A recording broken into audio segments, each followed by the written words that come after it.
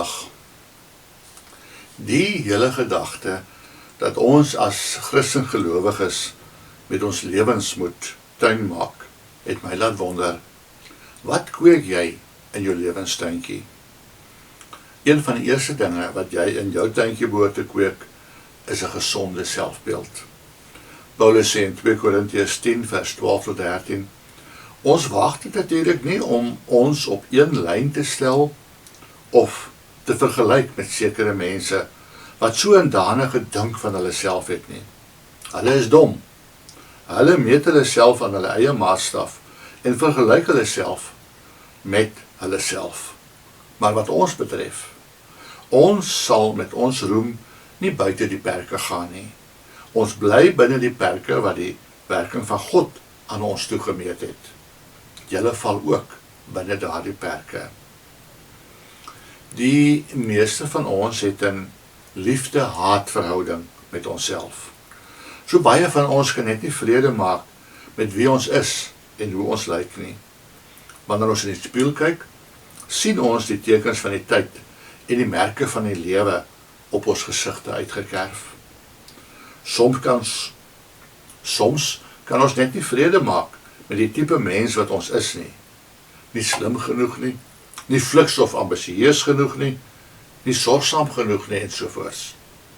Die probleem is, dat as jy nie met jouself kan saamleef nie, gaan jy sukkel om met ander saam te leef. As jy jouself meestal sien as 'n onbenullige skaamrosie of 'n hardvochtige tuksvy, moet jy dalk 'n slag met God se oog na jou kyk. God sien jou heeltemal anders. Hy sien jou as 'n noodsaaklike en pragtige toevoeging tot sy aardse tuin, enig in sy soort. Voordat jy weer so mismoedig raak oor jouself, bestudeer die volgende voorskrifte en probeer om dit toe te pas. 1.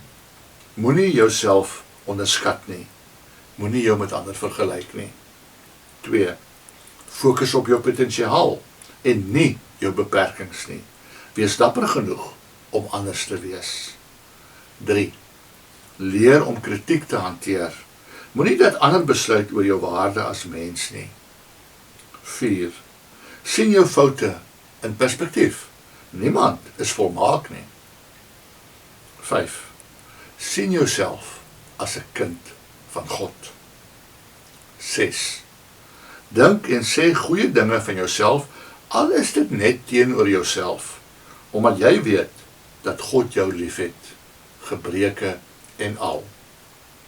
En ten slotte kan ek nie nalat om die geuite uitdrukking, God het jou gemaak en hy maak nie gemors nie, hier aan te haal nie. Gaan dink na daaroor. Kom ons bid saam.